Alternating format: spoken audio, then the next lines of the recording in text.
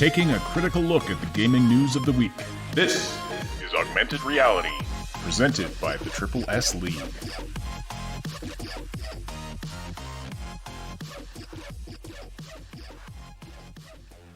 Hey everybody, welcome to the Augmented Reality Podcast, your source for news, leaks, and insights about games in the gaming industry. It is February 29th, that enigmatic day that only comes around once every 4 years. February 29th, happy leap day everybody. It's the Saturday edition of the show.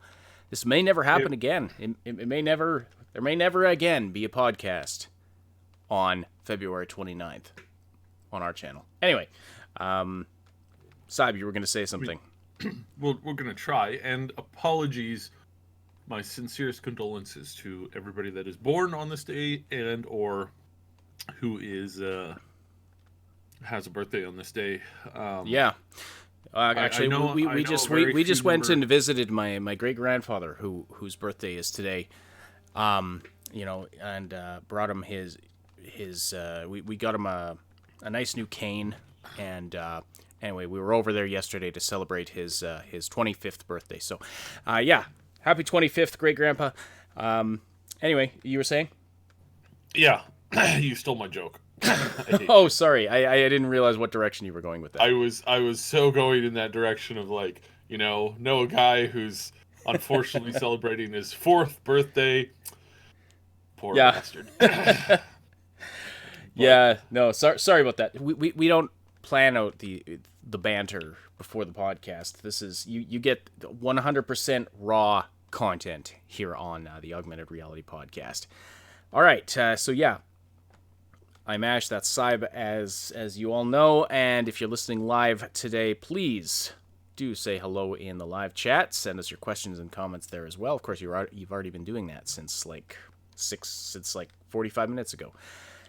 Don't forget to slam that like button. It does like it rough, and it tells us in YouTube that you appreciate this content. If you're listening after the fact on one of the audio-only platforms, we're glad you're here as well. We appreciate your likes and follows. It does take us a day or two to get the podcast up to the audio platforms, so if you want the latest info sooner, please hit that link in the description to subscribe to the Triple S League YouTube channel, where in addition to the podcast, you'll find lots of other fun and informative gaming content as well. All right, yes. Cuckoo in the chat. Let's start with Baldur's Gate 3. I think we will. My God. We will talk about Baldur's Gate 3. I am. If you have not seen this trailer, if you have not seen the, you know what? I'm gonna straight up link the, just straight out link the game. The gameplay reveal. Gameplay. Yes, there was a gameplay reveal at PAX East, and it's like an hour and a half long. Yeah, so you can watch tons of gameplay as they walk you through what this game is all about, and Saib is super excited about it. I unfortunately haven't had the chance to watch it thoroughly. I've seen bits and pieces here and there. So yeah, well, tell us about it. You're very excited for this. Oh yeah. I mean, my hopes have been high for quite a while. I've known a fair bit about the game, a fair bit about the plot, and a fair bit about what they've been attempting to do. Up until today, early this morning or late last night, I have not actually had a chance to actually physically see the gameplay. I've been told a lot of things. I've been kept up to date on their desires, their wishes, their overall goals. But this is the first time I actually got to see the actual gameplay, and this is one of the greatest games, I think. Now it's turn-based. There was a lot of people booing in the stream because it was turn-based, and for those people, I just have to say you're insane. Turn-based games are, first of all, they're far more strategic. They're far more worth playing. If you have kids, they're bloody well perfect, because at any minute you can just put down the controller. There's no, hey, let me pause this game while I, stop the 2-year-old from running around with a butcher's knife.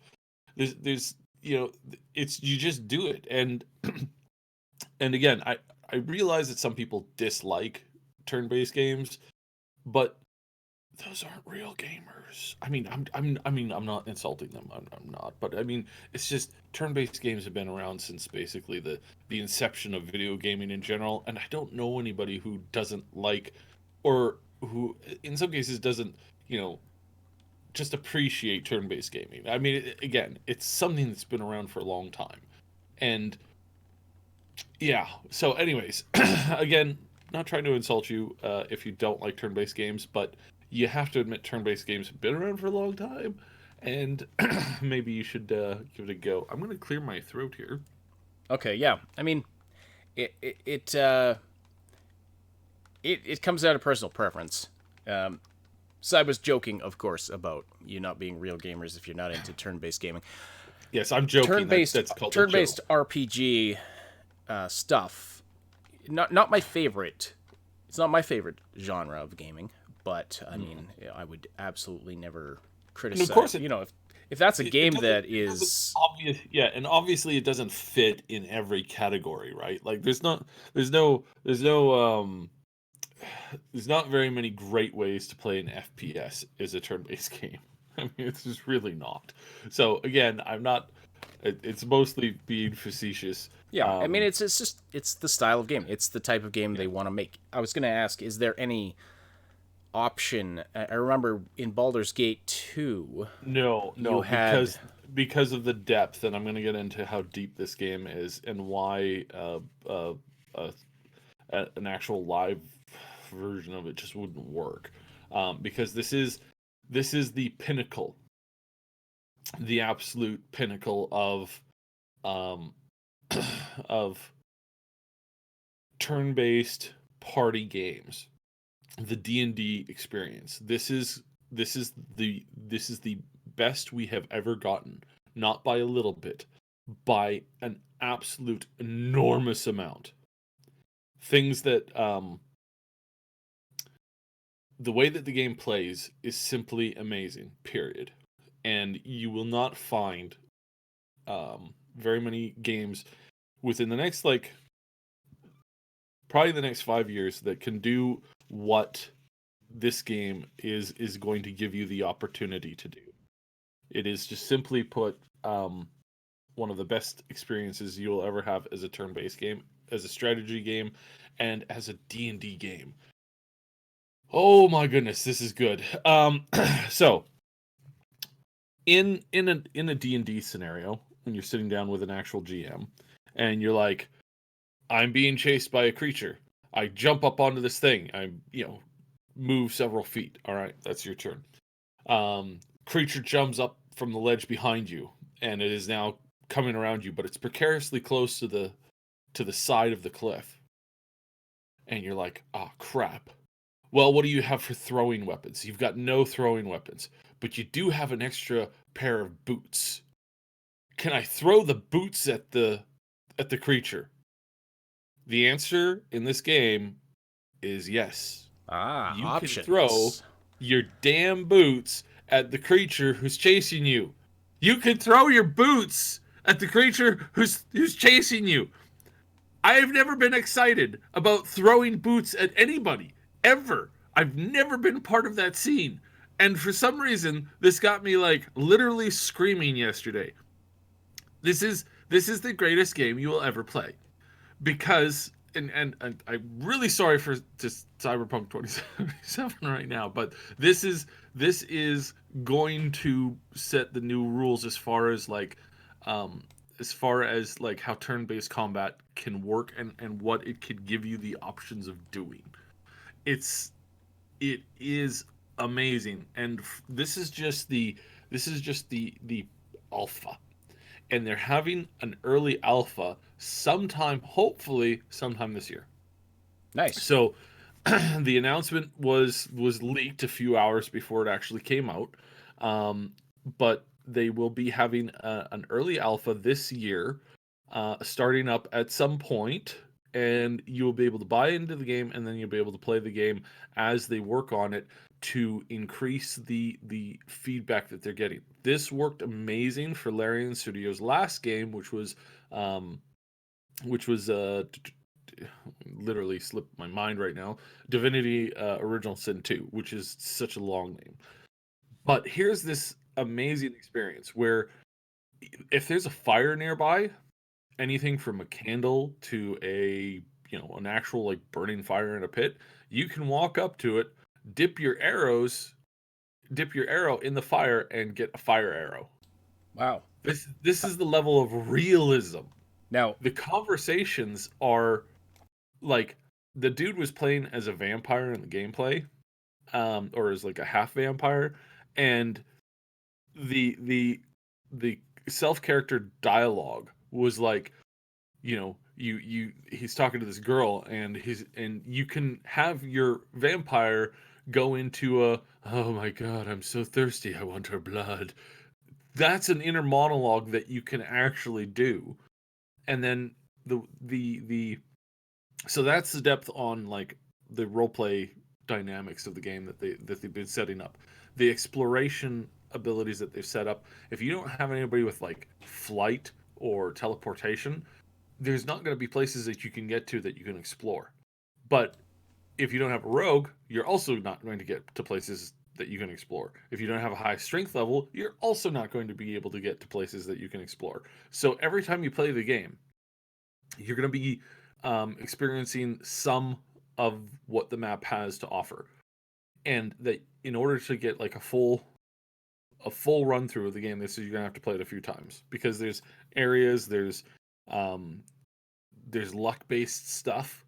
There's hidden walls and rooms that you can walk past if you don't have high enough perception that you'll never know is there. And that these are the tools that they're giving to us to make as well. You can literally do anything in this game as far as like from the creative standpoint as a DM. Remember a couple of months ago I said that they're hoping and planning to take this down to the role for everything. And that you can go one role at a time as the GM. Now, we haven't seen the multiplayer online tools yet. They are coming. They're probably not going to arrive at the release of the alpha, but they're going to get there eventually. And this is one of these things where it's like what they're building for this, what they're creating for this is amazing. So the opening cinematic, which I in the chat, I'm going to link it again here. This is for the Steam page. The opening cinematic alone is bloody amazing. Their last animation, which we showed off like back at, I think it came out right before E3 last year, is amazing. This new animation is even more amazing. There are dragon riders, portals that dragons fly through. There is like just a ton of amazing content visually behind what's going on. And then the storyline is what I kind of alluded to a couple months ago. The storyline is you're playing as a character who gets snatched up by this giant ship, which is like a giant tentacle monster, and you have one of these like little creatures put into your head that turns you into a mind flayer. It's how they reproduce. It's how they breed. Basically, is they take these little things, they shove them in people's brains, and then after an indeterminate amount of time, your body goes through this horrendous transformation, and your soul gets destroyed, and you become a mind flayer. It's horrendous. It's crazy. We saw really that evil. in the first cinematic from that you were talking about there. It's pretty it's pretty gruesome. It's pretty brutal. Yeah, and it's like it's the only like there's only a few spells that can ever like revert this, and it's a wish spell and like a couple of more powerful ones, but so it's basically like a wish spell might get you back to normal. And I said a little while ago, it's basically you end up playing as one of these characters that are becoming one of these things, So and you're a you have to character that play with, has one of these yeah, in your brain, and so I imagine part of the game is going to be about how do I neutralize this? How do I yeah, stop from going through this and transformation? as confirmed, it was also confirmed yesterday that it was heard that, and I didn't really put it out there because I didn't want to leak too much on the project, but basically it's like you and your companions are all sick with this thing, and you're all infected, and you have to find a high level cleric or healer like ASAP. Um, the storyline may involve some of them or you not having the ability to cure everybody in your party. And so you have to make the horrible choice, including whether or not you might sacrifice yourself. And then how that plays out throughout the story.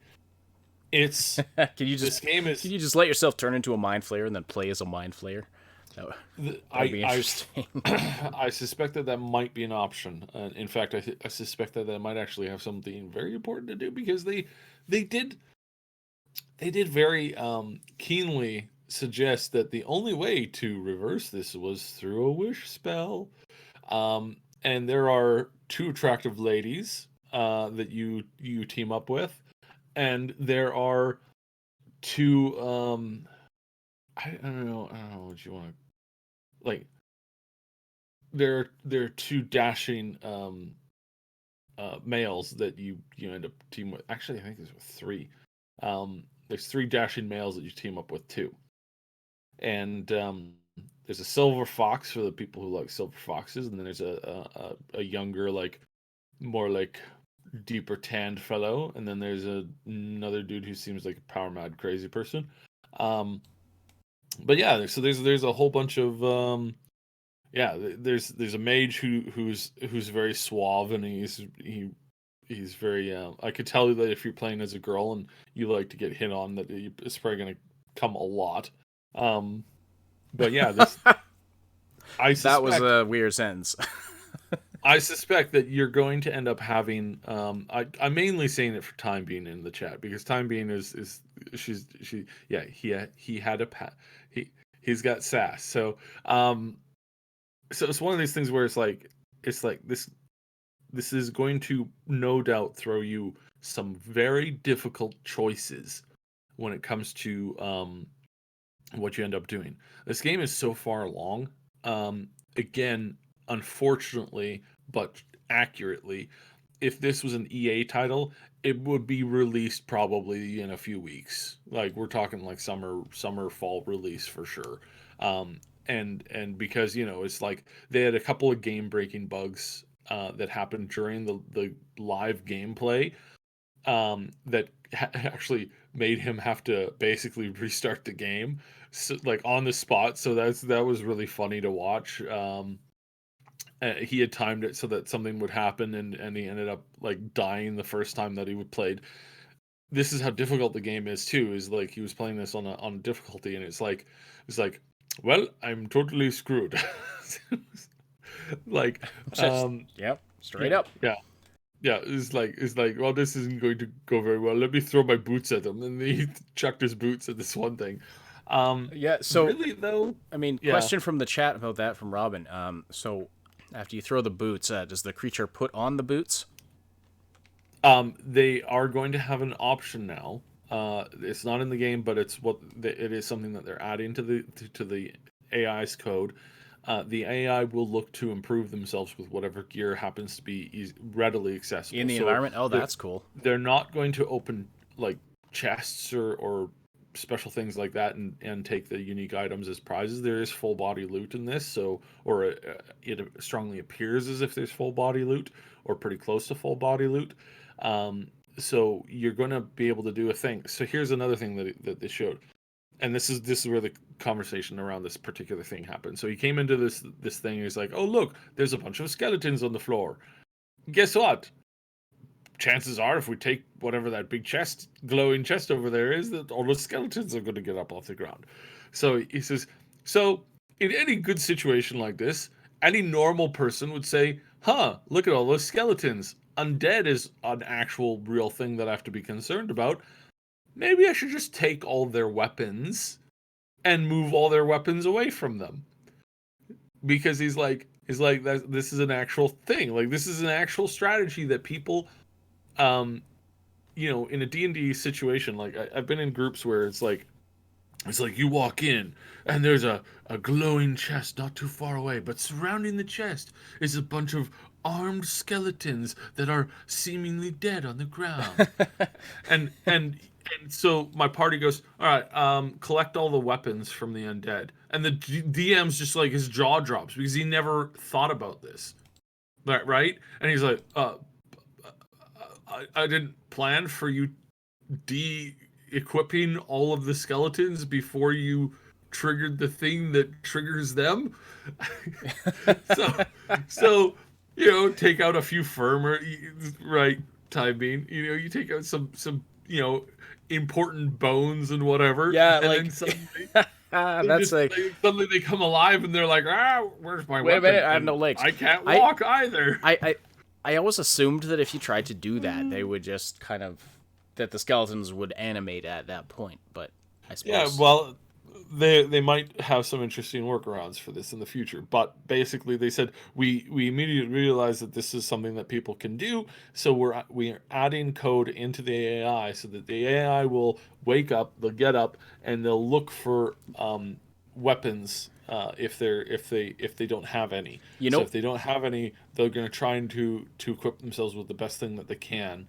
And the AI in this, really brilliant. Oh my god, the AI is brilliant. They have these little like brain things that are running around, and these things will attack, and then if they have enough movement points afterwards, they will hide from you if you have a ranged weapon. So they will attack you and then run around the corner really quick to hide from your bow, because you might take a shot at them.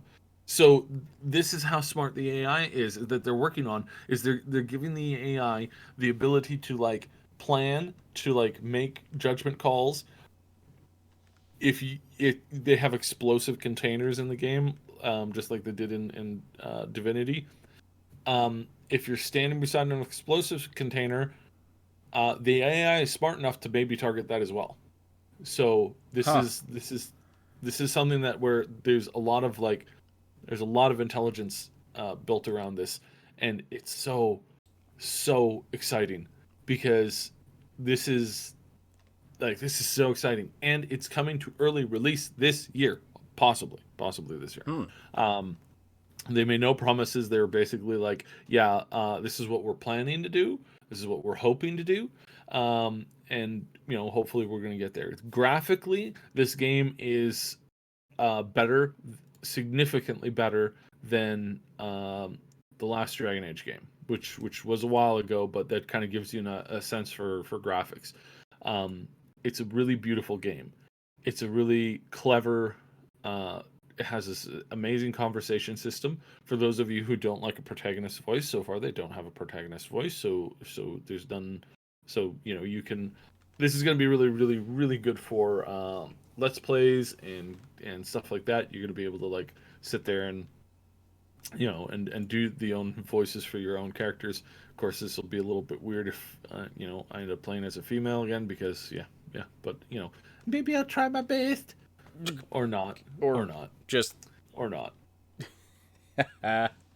Yeesh. Yeah, so this does sound really awesome, and actually I'm quite intrigued. I mean, I have no idea if I'm going to have time to play it or not, but I mean, it depends when it comes out. But Now, I know as far as modding goes, they're open to it, basically. They are looking forward to it. So yeah, this is setting up to be just like one of the best games of the generation. In my humble opinion, I think this is potentially setting the groundwork, because all we had up until this point was talk and like ideas, concepts. When I talked about kind of early on, one of the reasons why I haven't talked about this game a lot is that everything I was hearing sounded too good to be true. And there was a lot of people who immediately reacted, if it has all the features that you're talking about, it's just not gonna. It's just not gonna fly. Like they're not gonna be able to put it out. It's wishing for too much. So the most important, people are over anticipating what you're gonna end up getting, and it's just not gonna work. And I didn't want to kind of encourage that, but from what we have now, this is going to be one of the greatest games of this generation. This is going to set a new bar for RPG turn-based games, just like Divinity did, and they've taken everything that they had from Divinity and they've ramped it up significantly. They've it's one of these types of games where there's a ton of movable objects in the game. There's a ton of things that you can do. Are you stuck? Did you fall down a pit that's full of a bunch of boxes and other things? And can you construct a stairway out of the pit? You can do that. Can you take a big chest and shove it against a door, preventing people from coming through like you can in an actual D&D match? Yes, you can. Can you stack several crates on top of each other to get from one level to the next, and then take those crates away so that when the barbarians break through the door, you've got nothing but a bunch of people on the on an elevated position that they can't get to? Yes, they can. Can you throw your bloody swords at people on a second level? Yes, you can. Can you shove people off a second or third level and cause them fall damage? Yes, you can. Oh my god, you can do so much. Can you, do so much. And can you fall in a pit with some boxes to build a staircase out of, but then stupidly break all the boxes and then you're stuck there and die of starvation? Yes, you could do that as well. This is well, maybe not die of starvation, but this is all stuff that you can do. Any kind of boxes that you move potentially can break, or can shatter, or you can throw them too hard, too far, or land on them too hard and break them too. So this is this is everything that I had been hoping for, everything that I'd heard the rumors about. But if I had said this all like a couple of weeks ago, people would have called me crazy and said that's too much. But now we don't have, and again, these guys, what they've been planning to do from the beginning is to give you the tools to be able to do and host games live constantly. This has been their plan from the beginning, and they will have online PvP. They will have shared split screen PvP. They will have local and online co-op. That's pretty insane. This does sound amazing. Absolutely. And Yeah. there's a lot of people I'm noticing in the chat right now. Lots of people excited for this. Some not so much, but some excited for it even more than for Cyberpunk 2077. So, I mean, that being the case, this definitely looks like it's a title we are going to be covering. Yeah. And doing videos of that kind of thing. So I'm hoping that we can get the two of us can sit down and do a reaction to the videos, and then a reaction to because we did the first reaction to the last trailer, but we're gonna try and sit down and do a reaction to the actual gameplay as well sometime today. So today might not work, sorry, but... not today. This week, that's what I meant. Yeah. Well, I mean, you've already given quite a reaction, so we need to actually sit down and watch this live and kind of comment on what he's doing live, because the dialogue choices, there were times where there was up to 7 choices for dialogue, and several of those were unique to the fact that you were playing as a vampire, or unique to the fact that you were playing as a whatever your race was, whatever your sex was. Well, that makes a lot of sense, and that's really awesome that they're doing things like that. I wonder if they have dumb dialogue options. And again, the way that they've designed this, the way that they want to give DMs the tools. A DM or a GM is going to be able to is going to be able to role play those conversations with the mobs, and is going to be able to react like live. So this is going to be so amazing, because the depth of this and what this gives us as the players the opportunity in the future to do, to build on this game, to make it better, to add stuff.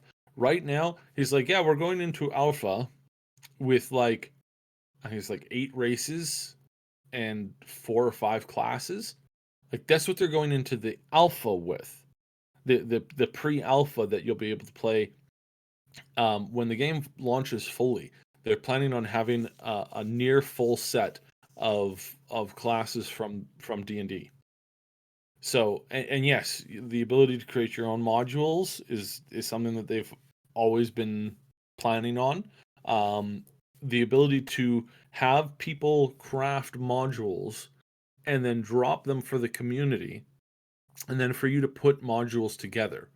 So in the future, this is like how great the modding is going to be. We're going to be able to mod a castle adventure or a bandit camp experience, and you can just, as the GM, you're going to be able to drop these things in for the month long or 2 or 3 or 6 month long campaign that you and your friends are going through. So you've got you've got a bandit map ready that you've added some tweaks to. You've got a castle for your big fight. You've got a town for a bunch of like role play goodness and maybe some small fighting. And then you've got, or if your party is a bunch of like crazy people, then you could just burn down the whole town if you wanted. They have all of these options, and you're going to be able to like roll with it. This is the combination between like cyberpunk and the good old, like the good turn based role play games that we have been wanting to play for a really long time. This is like a perfect combination of like, the RPG goodness of cyberpunk and the choice and depth of Fallout 4. And this is a game that we've been made to like work on and play with and experience. um Well, yeah it just sounds like it's a yeah type of thing that can give you tons of content for a very very long time, and especially if they do expansions, if it's a thing that they support into the future, which makes a lot of sense for the if this is supposed to be, bring the tabletop experience into the video game world, which we've talked about for quite a while now, is what seems to be their goal. This is the kind of thing that, I mean, this could have a great deal of longevity, yeah especially as you're well, saying, if and there's this is mods and if there's user created content and all of that stuff. If it's a robust tool set that you can use to create your own content, I mean, that's going to be fantastic. That's going to be amazing. I well can and think this of is a what bunch of they've people been who are going to be super excited about that. this is what they've been talking about for so long, is that they have this desire, and they've had this desire for a long time, to give um D&D fans the ability to actually play the game that they've wanted to play, with the people that they've wanted to play for a long time, and actually do that. And that's been their plan from the get-go, and is to create a thing that will give the players the ability to have an experience that they've wanted for, literally forever. um this is where a lot of us have been expecting Dragon Age to go. It became far more actiony, far more like just run around a map and pew pew everything. uh I mean, there were even MMO elements in it last time, and Lord knows there's probably going to be like, hey, collect me 100 of these really rare flowers if you want to advance the quest. What's the rate of getting those flowers? Oh, like, for an hour. Or you could pay a microtransaction to get a packet of 150 of these flowers immediately. That's what we're expecting with Dragon Age. Like, the amount of like single player microtransactions that EA has been messing with is disgusting. And yeah, Right. big shock there. So I wonder if there's the potential for a new kind of build if you could just dump a whole bunch of points into strength and just have a throw random garbage build. Throw random garbage at your enemy. I can guarantee you that this is an ability. This is a build that they actually had in really? Divinity Original Sin 2. So this is not a foreign concept to what they want to create. However, strength is capped in the D&D world. Is you can't like 20 is kind of like really high, and then 30 is like, kind of unheard of, kind of ridiculous. Yeah, a little ridiculous, and there's limitations as to like how strong you can get your character, because it's a world that's been built around as much realism as you can, and this is why this is so exciting. They have 10, 20, 25, 35, 40. There's almost 50 skill bars at the bottom of these screens. So this is going to include everything from spells to unique skills, to your sneak skills, to some social skills, to a bunch of other stuff. So you're going to be able to customize this bar. Now, this bar may evolve over time, but there's a lot you can do. You can, pickpocket people. You can do a whole bunch of unique stuff with this. And again, this is still early alpha, and when they put the game out, it's still going to be, I say probably a year or a little bit more away from being fully released, but this is looking so exciting. Awesome.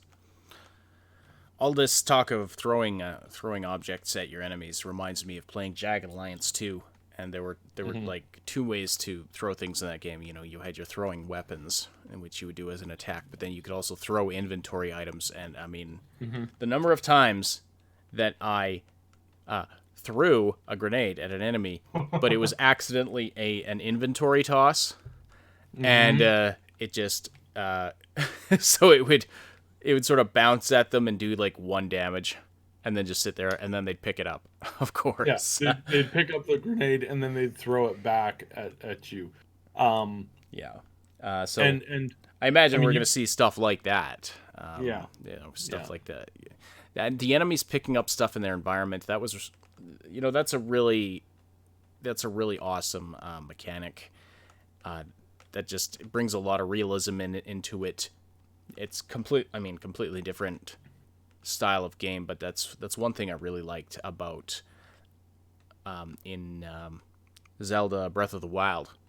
You could throw your sword and do damage to an enemy. It was a pretty powerful attack, but once, if it landed on the ground, the enemies would pick it up and use it if it was better than the weapon they had. So, that's really cool. And that was in a Legend of Zelda game, of all things. So it makes sense. It makes sense for that to be in this kind of a game. Yeah. This was one of my strategies when it came to playing through Jagged Alliance 2, is that I would play as a sneaky type, and I would kill one of the commandos that had a really nice weapon, and then all of the other NPCs would rush out. They would see the nice weapon and they'd go, "Wow, that's a nice gun," and they'd run over to the gun and pick it up. And by the time they picked it up and equipped it, they'd kind of burn their turn, and then I'd kill them, and then it would drop to the ground again, and then the next dude would be like, "Oh, that's a pretty cool gun," and then by the end of my invasion, I'd have a stack of like 20 or 30 bodies there. Because they just all really wanted that weapon because it would save them, and I was like, of course it would save you. It'll always save you. Stroking my silent MP P90. This just reminds me how awful I was at that game. But anyway, we should move on. But just my one wish list item for this game is that when you get to that room with the magical chest with the skeletons all around it, that you can take the heads off the skeletons and put them all on a shelf somewhere, and then when you open the chest, have the skulls going like at you, but unable to do things while their bodies stumble around blindly, and Yakety Sax plays in the background. That's my one wish for the game. So yeah, Larian, you heard it here. need some yakety sacks and blind headless skeletons stumbling around unable to find you. All right. So PAX East, some other interesting games highlighted there. I mean, we're not going to go through everything, but definitely, I'm just looking through a list of some of the games that. Some of the other games that have been featured or will be featured there. Of course, Doom Eternal looks amazing. Looking forward to finding out some more about that. There's an interesting. This one is it's bizarre that this one caught my eyes, but there's a game called Fall Guys that is. Where did it go now? Oh, there it is. So basically, the cute and colorful Fall Guys takes a page from Battle Royale games by forcing you and your fellow Fall Guys through a deadly obstacle course in a race for survival. And they're like these cute little marshmallow, brightly colored marshmallow dudes. And there's like 100 of them at the start, and you have to run through this obstacle course and try to be the last one standing. This just looks hilarious. And it's an interesting take on the battle royale concept. So I don't know. It's bizarre, but I think I'm gonna try this one because it looks like just a hilarious amount of fun because you can like bump opponents around, shove them into obstacles, and yeah. All right, Ghost Runner, sort of a mix of Cyberpunk with Mirror's Edge and Dishonored. First-person, real action-y title with swordplay. We talked about this one. We talked about that one. It just looks like super a week cool. ago. I'm definitely gonna be trying that one for myself. What else here? Recompile. There's been I haven't seen too much on that one. So all of the info that we have pointing to 76 is that this is an honest to God kind of like mini relaunch of the game. Fallout 76. Wait, Fallout 76? Mm-hmm. They were there at PAX as well. Oh, okay. They had a huge gameplay reveal for their Wastelanders. Again, we have no reason to trust them. We have no reason to believe that anything that we're seeing is true or will make it into the game. However, we have gotten the information for quite a while now that they were planning a complete rebuild, essentially, of the game. And that is what they've been doing for the last couple of months, and that's why they stopped updating and tweaking things in the live game, aside from just doing emergency fixes and stuff like that. This is a significant new drop. So for those of you who are willing to give them another try, I would recommend highly that you don't pay any more money or throw anything kind of like that into it. Don't throw your boots at it. It will be interesting to see exactly what they do. They have a long list of big things coming out. So they've got a bunch of special weekends planned for March. They have a whole bunch of big events planned for April 7th. The game goes on to Steam release. They are going to have some Twitch Prime and a bunch of other stuff. When I think Wastelanders is dropping on the 9th. So the game is dropping on the 7th for Steam, and then the patch goes live. Now there's going to be pre-patch that basically updates the game to the new build. So, and again, like, I'm not overly excited. My tone is rather dull. I don't really have too many high hopes currently for the game. We've gone into all of that stuff numerous times before. I'm just letting you know that they're promising something new. The gameplay looks fairly improved. UI, quest systems, a bunch of other things have been improved. Whether or not they fixed all the game-breaking bugs, like being able to steal somebody's entire inventory from a command screen while you're on the other side of the map, is pretty embarrassing. Um, Hmm. and look, I know this is not a great game. I know this is not the game that I wanted. But with this patch, this is closer to the game that I think I wanted. Doesn't mean I'm going to be more than happy to give them a try, considering all the garbage that they've gone through and all of the crap that they've done, and all of the additional pay to win mechanics that they've been adding over and over and over again, despite our constant requests to stop doing that. Um, yeah, so as far as all of that goes, as far as the majority of that stuff goes, um, yeah, we're hoping to see some improvement here, Bethesda. It's like, and the only reason why I mention this is like, they say that this is new. They say that they've redone. They say that they've rebuilt. They say that they've done a lot of stuff that we've told them to do.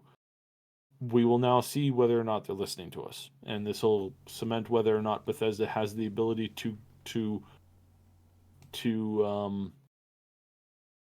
I don't know what's the term, to get back into our good graces, because you know, I'm not like, I label things as they are, but I don't cut somebody off completely. If somebody goes out of their way to apologize and to say, hey, we're trying to make this right, then I give them the benefit of the doubt. Even when they like constantly make mistakes. Now, it's not the same as like, oh, well, let me just give you more money. There's none of that. there's there's zero of that. But there is the willingness to like at least hear them out each time that they Yeah. say that they're But trust has to be earned again. Yeah, but trust has to be earned again. I have no intention of throwing them more money, and I will never throw them cash for this game ever again. Not for this game.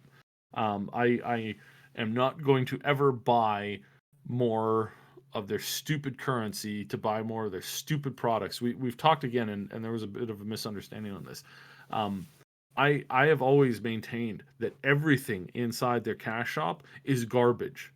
That everything that you can get in there, yeah, there's some items that are some people argue are strong and super pay to win. No, all of the items in there are just garbage. Like the whole thing is just garbage. And ugh, this is really gross just in general, but they're really trying with this. Like they're really really trying with this. So they're trying. Again, I can't guarantee that this is actually going to be good. Um, but Well, I imagine that's pretty much all there is to say. Like it's a wait and see game at this point with them. Yeah. Lots of stuff trending on Twitter for this. They're really trying hard with this, so they better, yeah, they better do this right. All right, yeah. A couple other games highlighted. Recompile is you might find this one interesting, Sib. It's about an AI that has gained sentience, and you're attempting to escape your own deletion within the world of a mainframe. Looks like a puzzle platformer type indie game, so that's interesting to me. I'm very interested in that genre of game. You can hack environments and enemies as you gain new skills and abilities. And then I'm sorry. I'm gonna have to call my lawyer to. Yeah, it's based on your life. Yeah. I was not informed that they were taking my own personal life experience and adding it to a game. Excuse me. Mm-hmm. I feel kind of betrayed by this, but all right. If you're a fan of retro RPGs, retro JRPGs, there's one you might want to check out. It's called She Dreams Elsewhere. It's coming out this year, and it's about coma victim Thalia Sullivan. That's the protagonist. You explore an otherworldly dreamscape that mirrors events happening in reality. You have to fight through nightmares, etc., etc. And it looks like sort of original Final Fantasy style gameplay and like Game Boy graphics, like four color type thing. So if you're a fan of those retro RPGs, those retro JRPGs, you might want to check that one out.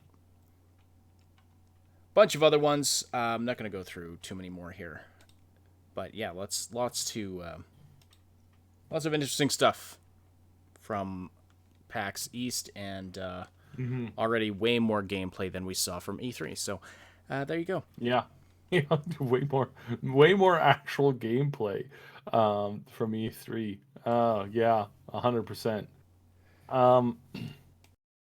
Yeah, so I mean, ugh, All right. Well, yeah.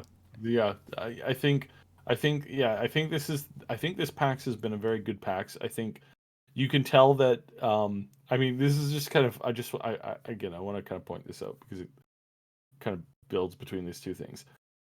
You can sense right away, like really really strongly. You get a really strong sense and this really strong feeling for the fact that that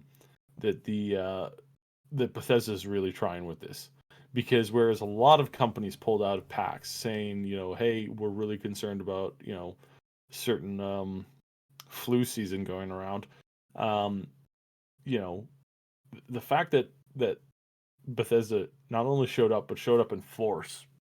You've got head of PR out there doing meet and greets, doing pictures with everybody that he possibly can. This is hilarious. Yeah. I mean, I get that they're trying, sure, but effort is, it's like how BioWare is trying with Anthem. Mm-hmm. It's like, okay. Well, no, I'm not saying it's exactly the same, but I would say between the two, I think 76 is actually a better game than. Oh well, granted. I have 76 was actually somewhat of a game, so yeah. Yes, it was definitely a better game than Anthem. It was buggy. It was problematic. It had a good chance of accidentally exposing your personal doxing you, right? Like all of the problems that it had, at least it was better because there's still a chance that it could be a good game versus Anthem, which has no chance of being a good game. With Fallout and the Fallout series, with the Fallout concept, if they gave us servers for our community members to log into and play, and we had absolute control over those servers, including whether or not to turn on and off that stupid cash shop, which would be off all the time. If they gave us that ability, this game would be good.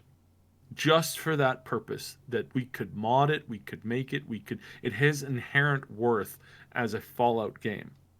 The ability to play with our community members on a private server is so tempting that I still have the damn game installed on my computer. And this is an older computer that I need, disk space is precious.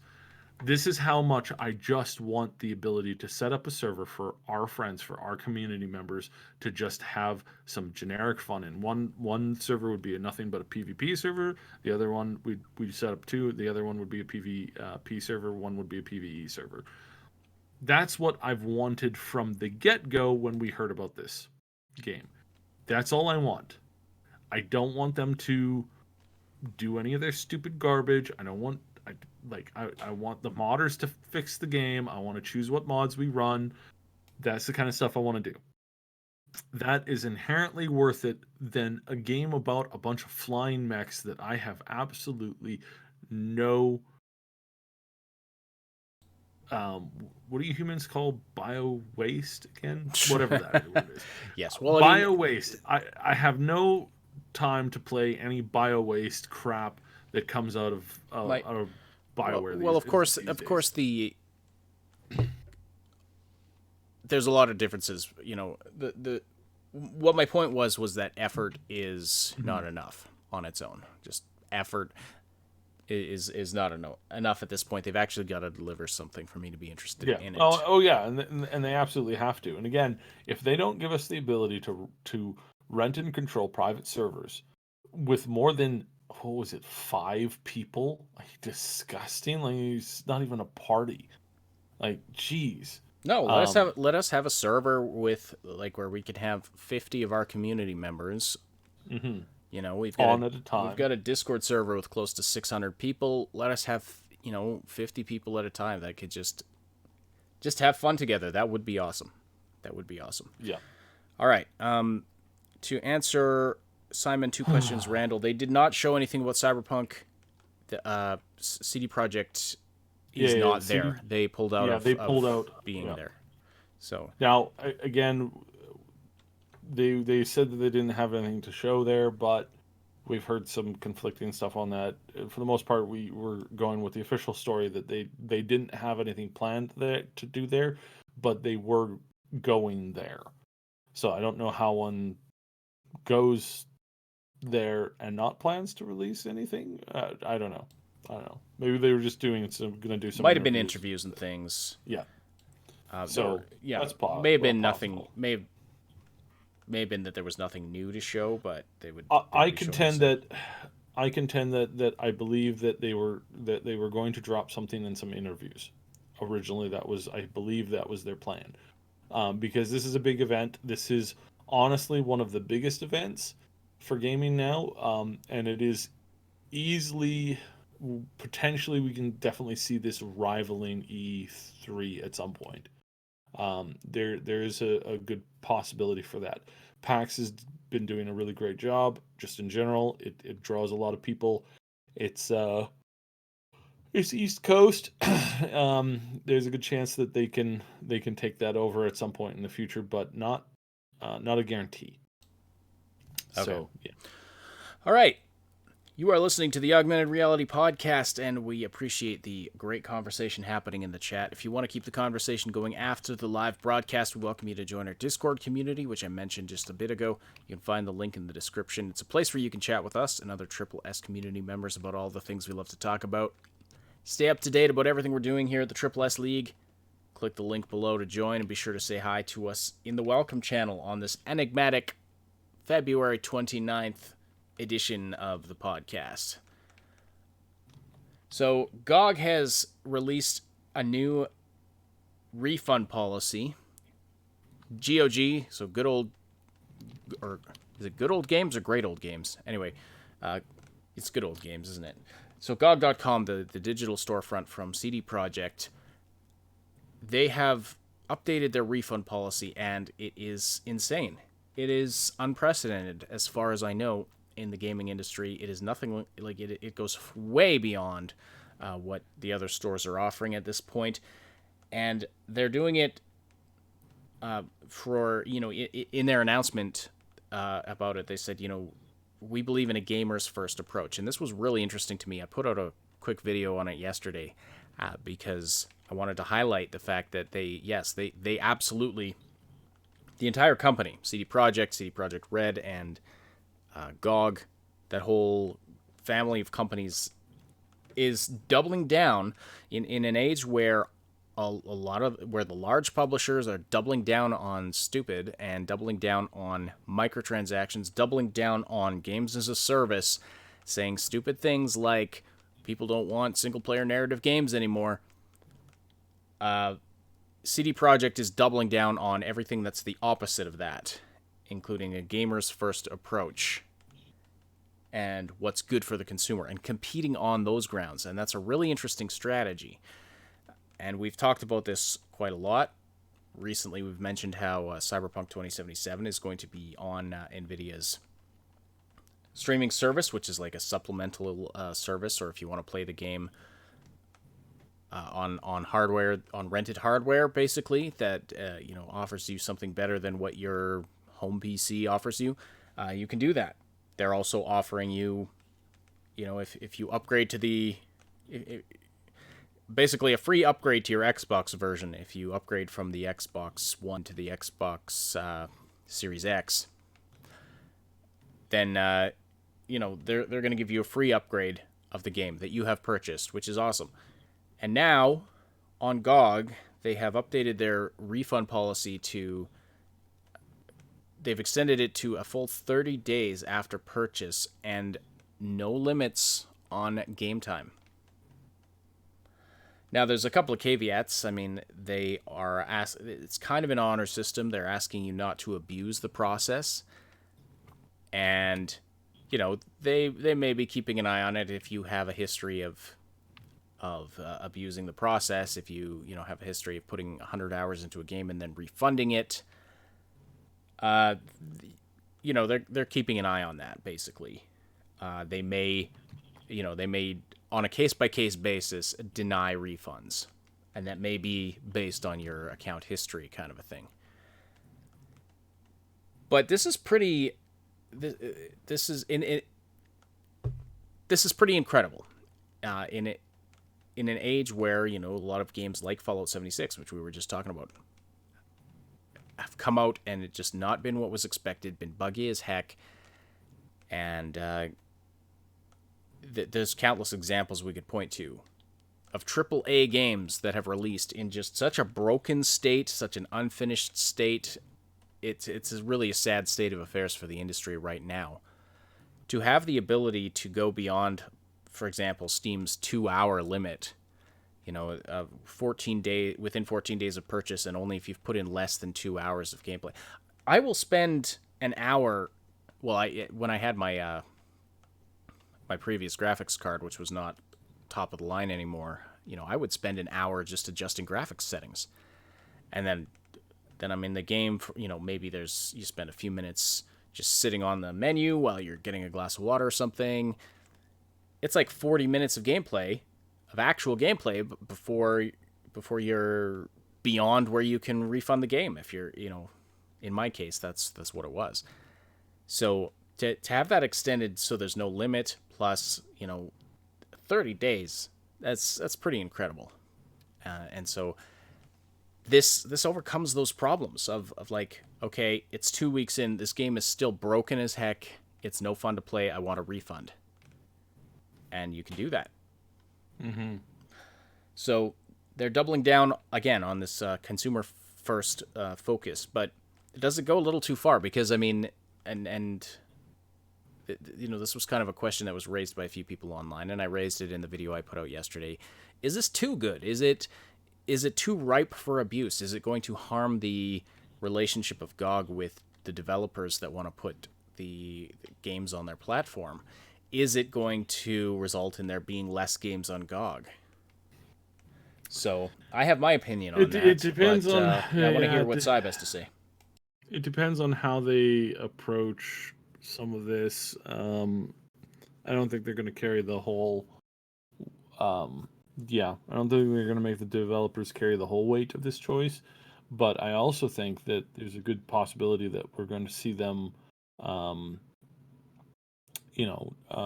doing this and then carrying some of the cost themselves as in GOG. Well, yeah, that was my question. It doesn't say, but yeah, if GOG is sort of eating that cost, then that's one thing.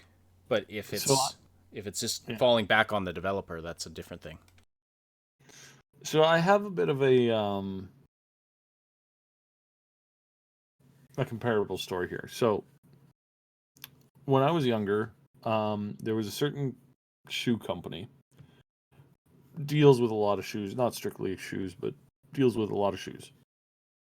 They had a policy. As long as you get the receipt, you can return your shoes for whatever, whenever, however long. I went to the store, being a young person with little cash, and I bought a good pair of shoes. And I kept that receipt in my wallet for like a year and a half. Came back and exchanged the shoes for brand new shoes. Had you been wearing the shoes? Oh yeah. I had worn them. They were my main shoes, basically, like, aside from, I think, winter wear. They were my regular everyday shoes. Basically wore them out, took them back, exchanged them, had the receipt.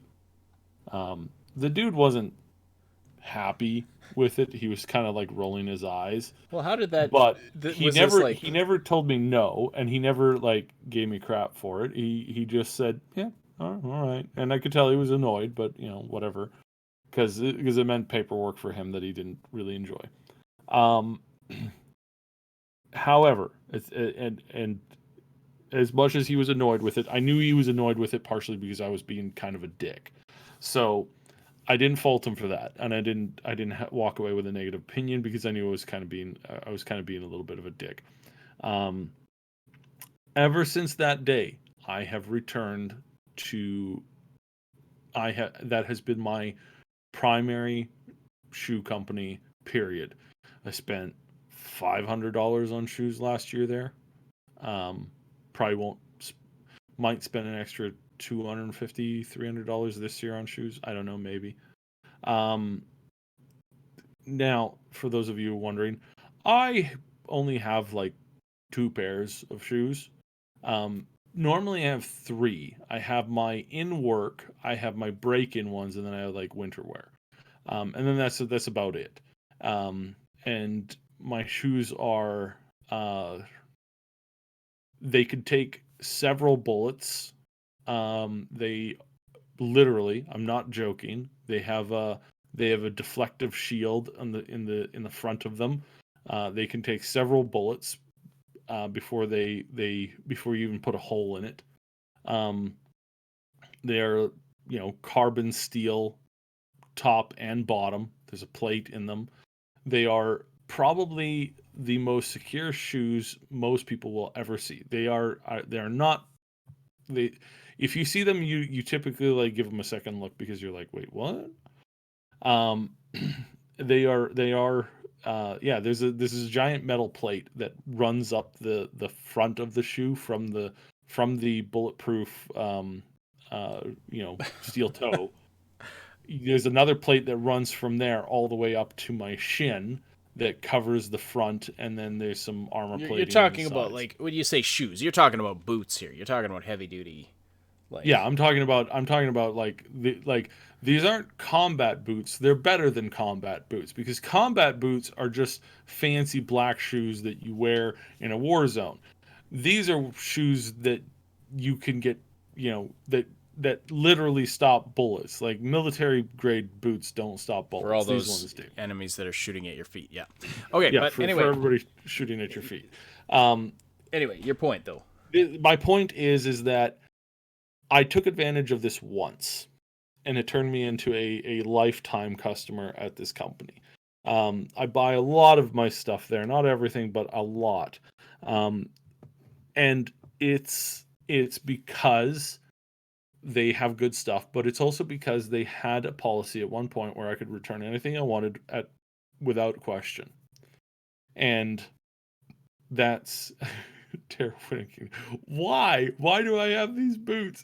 I am horrible at stubbing my toes, and I got sick and tired of stubbing my toes when I was a teenager, and decided that I would move to the heaviest, most armored piece of boots that I could find, and it has only since then increased in their, like, I go out of my way to find like top gear, like impenetrable boots. Anyways, that's besides the topic. The main reason why I'm mentioning this is because they turned me into a lifetime buyer. Yes, I took advantage of them once, but ever since then I've been a hardcore supporter. I think this is what GOG is planning to do with this. I think that they have basically looked at this and they basically said, look, we're going to do this because this makes sense. This is right. This is a way to build trust with our gamers, and for a group of people that have had for a lot of people that have had the difficulty of what's been going on right now. Wolson, I am 2 inches, like, I want to return the game right now. I am so annoyed with it. Basically, I can deal with server problems. I can deal with all these other difficulties that you have when launching a game. I can deal with disappearing inventory, all that kind of stuff. At least, you just put the game to the side and you don't play it for a couple of days. But they put out a patch where they killed my build from my highest level character. They didn't just kill the build. They destroyed the build. They made it so that that build is no longer playable, feasible, or capable of playing, period, and that I need to completely revamp everything. And will you guys stop with that? I don't wear lacy top shoes. Good lord. No, he wears Ah. no, he wears heavy duty boots, so when a creature is chasing him up a cliff, he can throw the boots and knock the creature off. I mean, weren't you listening when we were talking about Baldur's Gate? This is real life strategy being brought into video games. Uh, but no, what Sword Sister is asking is accurate. How do I know that I'm not just the 3% out of the 97% who are going to take advantage of this? And you can ask that question a lot, and the answer to that question is that you don't know. We don't know what is going to happen because of this, but it's not a guarantee that it's going to be bad. In fact, anybody who I suspect embraces this kind of a policy and says, look, guys, we're not here to take advantage of you. There's been a lot of people, a lot of companies, a lot of gaming studios who are every day attempting to take advantage of you every single day. We are no longer doing that. We are no longer interested in screwing around with you. If you don't think that we are making a product worth your playtime, then get your money back. And we're going to stick with making you a happy person. I think this is what some companies need to do to get good graces back, because while we are getting this option given to us by GOG and CDPR, you have another company who put out a miserable failure of a reforged game that was so bad that in one of their live tournaments, in 3 games, they had 2 disconnections on an offline local game. This never happened before the reforged game, like maybe once every million games or so. But for some reason, it now happens 66% of the time. This is what this bloody company has become. It's become a joke. At their main competition, they had so many disconnects and crashes that 50% of the games had to be decided by another game, another match, because they constantly had disconnects, and it screwed over one of the top players in this industry. He was on his way to winning 2 times in a row. DCs kept on happening. They switched it up, and his competitor kind of like figured out a strategy that would work. If those games had been played to completion, he would have had 2 out of 3 wins. Instead, the winner was decided by 1 out of 3 games because the other 2 games were crashes and were not legally allowed to be counted. So this is what Blizzard has become. It's a joke. Versus the fact that GOG is willing to say, hey, we're putting our money where our mouth is. And this is in preparation for Cyberpunk 2077. There might be some people who play through Cyberpunk and decide to get their money back because they can. And they will basically take that money straight away from the devs. That might be a thing. Or this might be something that causes more people to install the launcher because, hey, here's a game company that actually cares about what we want and what is important to us as gamers and what we desire to have as a policy when it comes to giving us refunds. So, yeah, if I think the biggest barrier to entry is just that initial step to install GOG and purchase a game on it. it's very important for them to just get you in the door. And once you've done that, then you're kind of there. Then that second purchase is probably there's almost no hesitation, right? It's getting people to switch. That's the difficult part.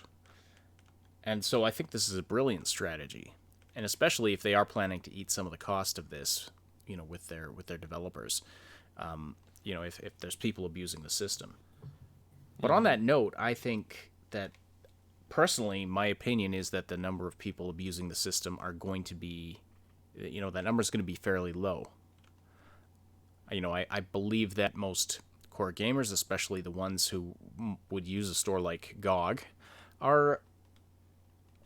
they're not out to just screw over the people that are creating the games they play. I believe that they are just fine with paying a fair price and getting a good deal on a game, and would only return it if there's something wrong with it, or it's not what they were promised. Some might return it because it's like, okay, I've been playing for 3 hours, I really don't like this game, it's not what I thought it was going to be. That's one thing. I feel like the people who will abuse this system, most of them, they might not have bought the game anyway. Like, it seems like they're the type of people who would just pirate the game. Mm-hmm. But that's another concern too, because of the lack of DRM on GOG. That's another concern that's been raised about this. Is won't people just like install it? That's a useless. That is both a useless and a pointless discussion. Or not discussion, but point. Because we know from years and years and years and years and years and years and years worth of study that piracy does not lower profits for a game. At this point, we 100% have more evidence on this than anything else. DRM and the lack of DRM, the less DRM, the more popular games are. The more overall sales that you get, because that's just the way that mm-hmm. I agree.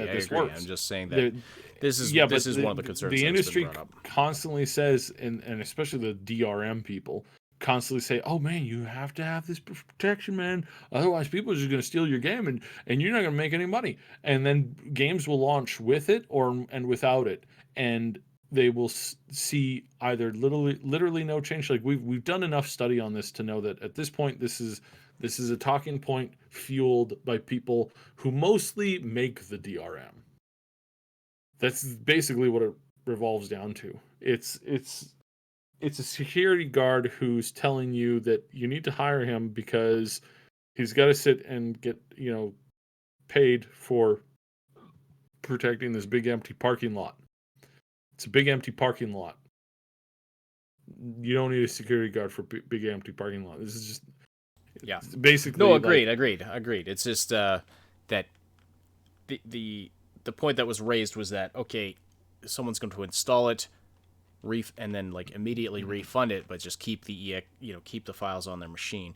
Now, I mean, there's downsides to doing that. You're not going to get updates and stuff, but.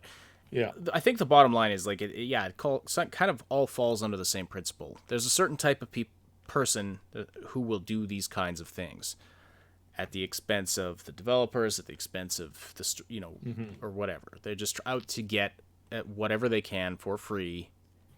Granted, there are those people. There are always going to be those people.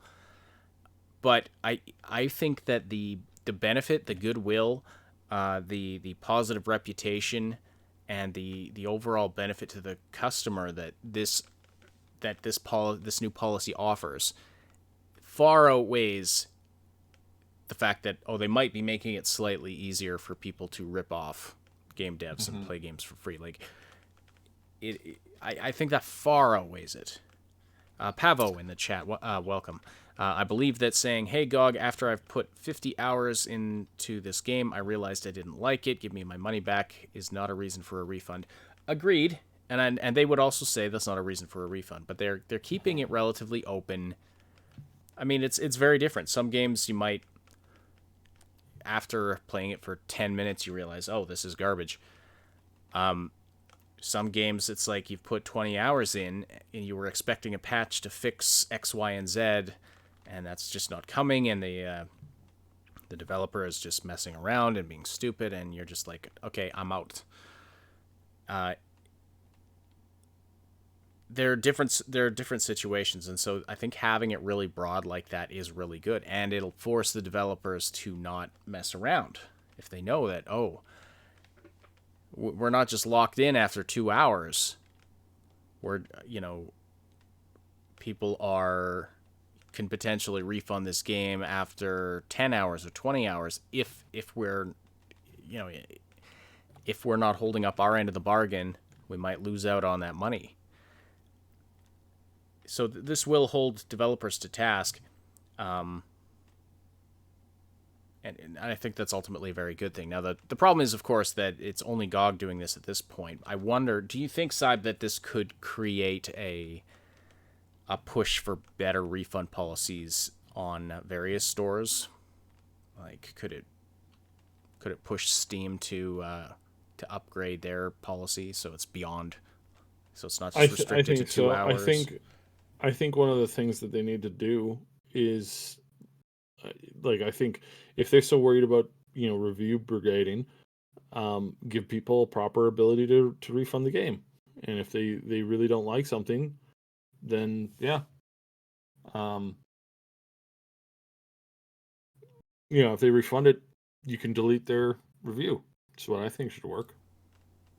I think if you have a refund policy where it's like, hey, you can return this whenever, but then your review is taken down, then I think that works.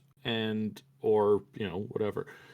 Ultimately, I think this is a good move. I don't think this is a bad move. I think that ultimately it's a brilliant strategy. It may be uncomfortable at times, and you will always have those people who, I know a dude who spent his life running around not paying for stuff. He invested probably 16 hours a day into making sure that he never had to pay for anything. He would get free meals, he would live free, he would rent free, he would do all this stuff. It was a full-time gig for him. And it was a gig. It was 100% something that he planned, orchestrated, looked up on, talked to people. He spent more time and energy than most salesmen do in a day. Instead of making money and paying for things that he wanted, just making sure that he could get everything for free. And he didn't have a job. His job was living for free. And that was his specialty. That's what he did. And his life was stressful, pointless, and stupid. You will always have those people. You will always have the people who have no desire to pay or to be fair or to do anything other than try to take advantage of somebody else. Because that's the way some people are hardwired. And you have to be careful when you meet these people. I don't advise dealing with them. I advise on ignoring them and moving past them as quickly as you possibly can. Don't fight with them. Don't bother. It's not worth it. A couple of years ago, I had encountered one of these people who was they're called professional renters. It's like these people rent for free because the minute that they move in, they put down the security deposit. The minute that they move in, they immediately inform the landowner that they're not going to be paying a dime in rent. Period. This, of course, usually makes the renter react badly, in which they're being taped and they don't know it, and they immediately end up partially incriminating themselves because oh, I'm going to throw you out tomorrow. The proper response is, well, I'll have my lawyer contact you tomorrow. That's the proper response. If you ever meet a professional renter, that's the response. You go through a renter. It's going to be a pain in your side. It is going to be frustrating and difficult. However, there are both official and unofficial ways of dealing with it. And I hope you never have to deal with somebody like that, because they are a pain. The landowner and that this person was living at, they had spent a year trying to get rid of this person, and every opportunity they could, it was dragged out in the courts. Everything was done this way. We got them kicked out that weekend, so that was funny because, well, there's professional renters, and then there's people who are like better at screwing with somebody's life, and yeah. Anyways, you don't want to meet one of these people because that's all they do. GOG is going to attract these people for sure. For sure. There is going to be people that play games for free on GOG indefinitely. However, that is like 1 in 1,000 at the most. Probably 1 in 10,000. At that point, it's kind of like having a free system where you're free to do whatever you want, say whatever you want, think whatever you want. Yeah, you're gonna get some crazies. You're gonna get some snake oil salesmen, and people need to, learn how to protect themselves, for sure, 100%, absolutely. Right. But it basically boils down to the fact that, frankly, it's kind of a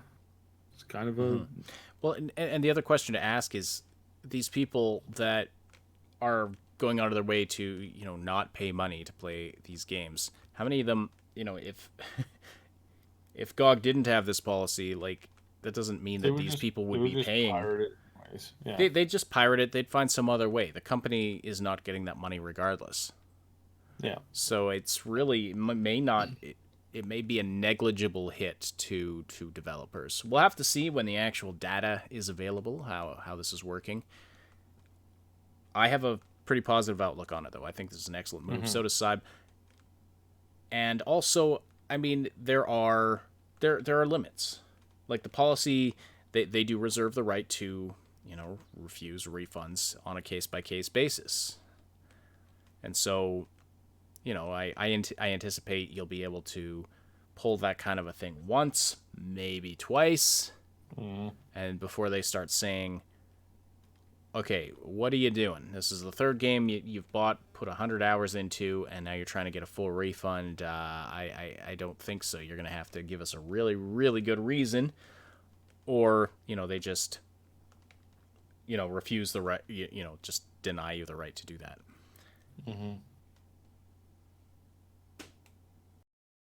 All right. I think that about covers it. Yeah. It's going to be an interesting week. We still got some stuff, I think, coming out of between this and Gamescom. There's going to be some interesting things. Take care of yourselves out there. This flu season's getting bad. It's getting really bad. So stay safe. Wash your hands. Don't touch your face. Try to avoid people as much as you can. Don't go to movie theaters. Don't go to big public events. My daughter the other day, I was telling her some of these things, like, okay, just wash your hands and, don't touch your face. And she starts poking herself in the chin and she's like, Daddy, I'm touching my face. I'm like, It's like anything you tell them not to do, they're gonna do. Yeah. Oh, it's fun. I was like, just don't smear boogers all over your hands, and if you do, wash them.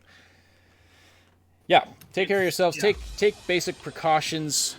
We don't want anybody out there getting sick. We want everybody to get through this properly. I will address this one. So we did have somebody who asked a quick thing, so I'm going to mention it real quickly. Stock market.